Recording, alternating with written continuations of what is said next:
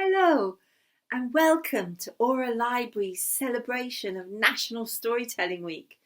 I'm Fiona Collins and I'm a storyteller, so I'm going to tell a story to you, and it's a story about stories.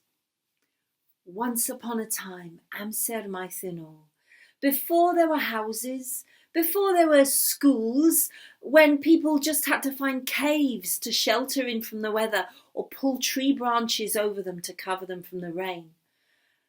In the time before there were shops, even before there were farms, when the only way people had to get food was by hunting. And if you had a good hunter in your family, you'd be fat and sleek and healthy. But if you didn't have a good hunter, you'd be thin and pale, and you'd get sick easily. But this is the story of a family where there was a good hunter. There was a mother and a daughter and a son. The boy was only little. He wasn't much more than a toddler. He was too small to be a hunter. But the girl, she was already a good hunter.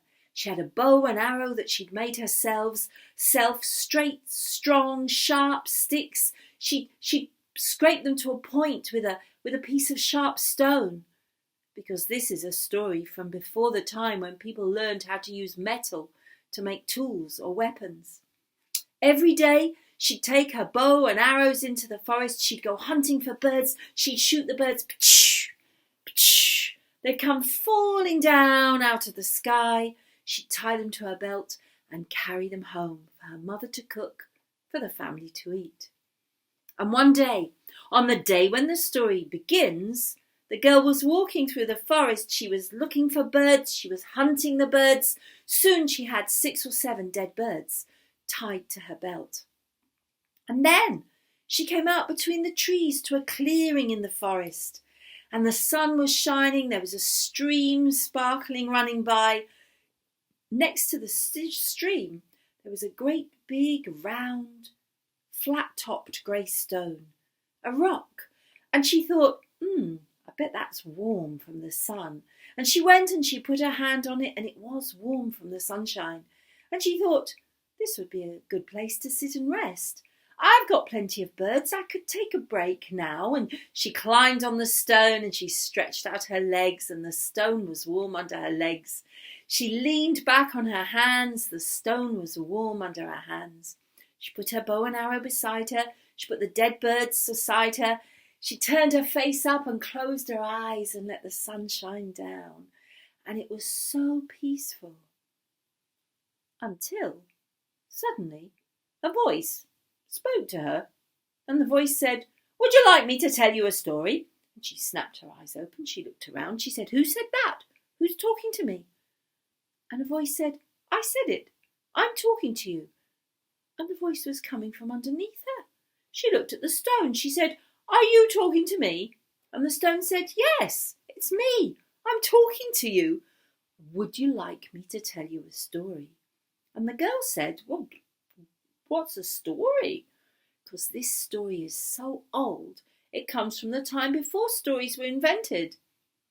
But the stone said, "Well, stories are things that people tell to each other to remember the past and to dream about the future, to tell people good ways to live, and to remind people of the old days.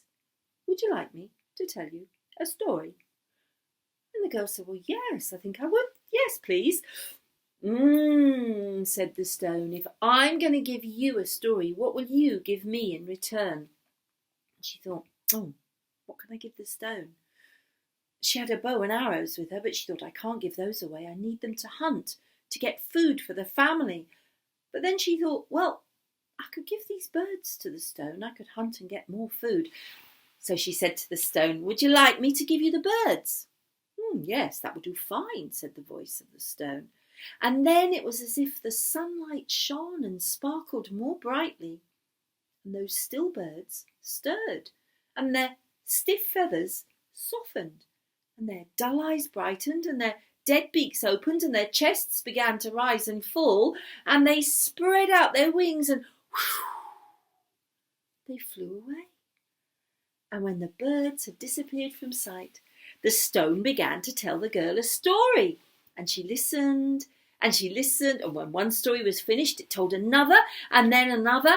And do you know, the time went past so quickly that when she looked up in the sky, it was beginning to grow dark, just as it is here today, where I'm storytelling now. And she said, "Oh, it's getting late. I've got to go home. I've got to get food for the family." "Thank you for telling the stories. Can I come again tomorrow to hear some more?" "Well, yes, you can," said the stone. So she jumped down and she grabbed her bow and arrows and she was running home. And as she was running home, she was looking for birds to hunt. But it was getting late. She was going home. The birds were going to their nests. Well, she did see one bird, and one more, but that was all she got. And when she got home and she gave those 2 birds to her mother said, "What's happened to the hunting? Where are all the birds?"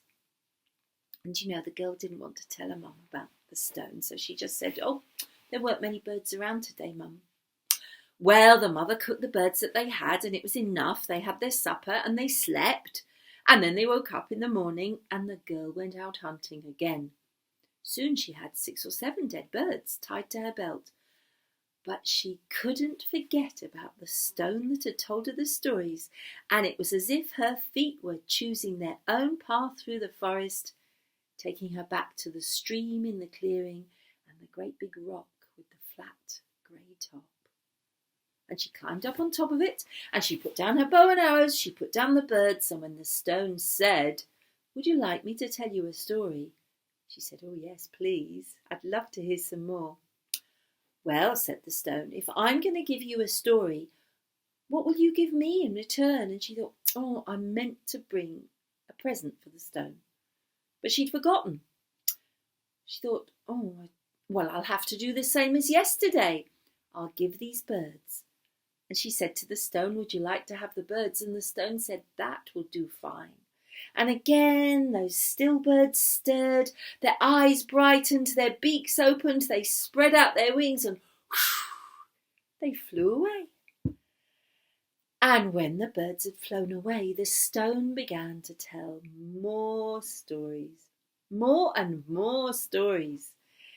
It told stories for so long that when the girl looked in the sky, she saw that the sun was already setting. She said, "Oh, it'll soon be night. I've got to go home. I've got to get food for my family." "Thank you for the stories. Can I come tomorrow to hear some more?" "Of course you can," said the stone. So she started running home with her bow, with her arrows. She was looking. She saw one bird. That was all there was. She shot the one bird. She gave it to her mother, but her mother said, "What's happened to the hunting? Where are all the birds?" But again, the girl just said, "Oh, there weren't many birds around today, Mum."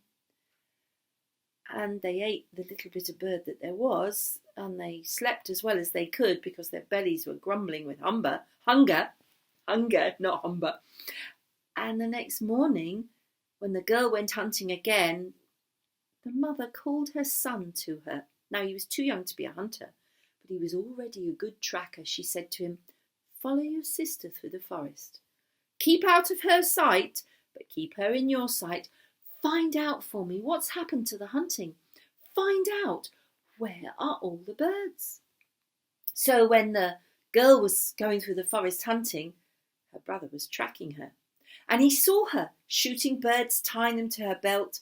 He followed her through the forest until they came to a clearing with a stream sparkling in it and a great flat-topped grey stone.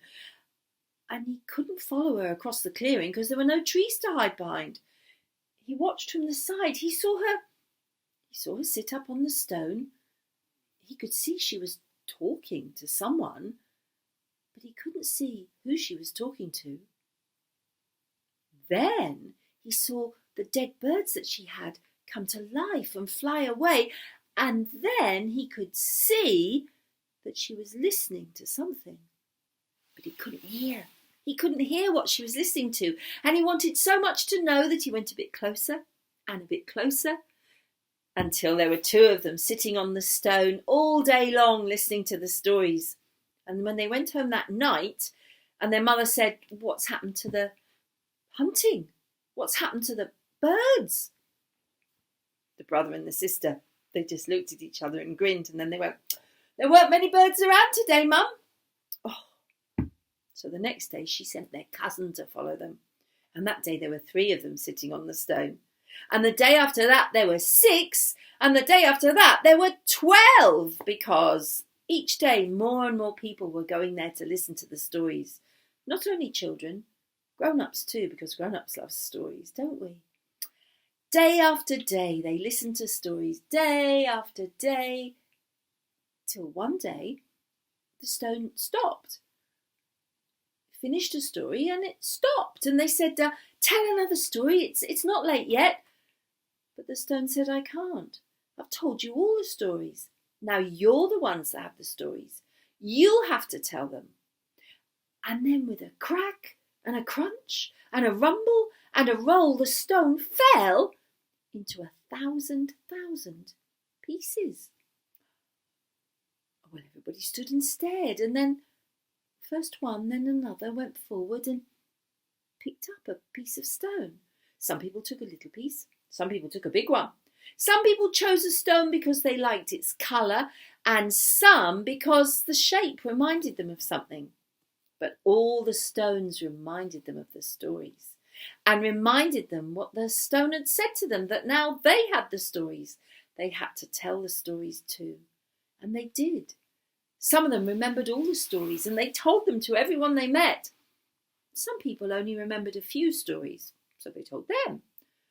Some people only remembered one story, their favourite story, but they told it over and over again till they got really good at telling it.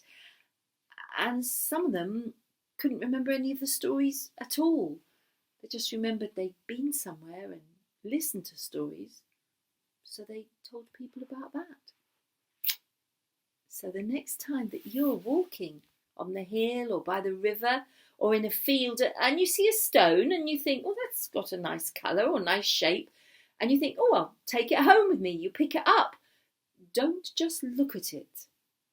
Listen to it as well, because you never know. It just might be one of those story stones from long, long, long, long, long Amser maith and all. Thank you for listening. Bye for now. Hwyl fawr.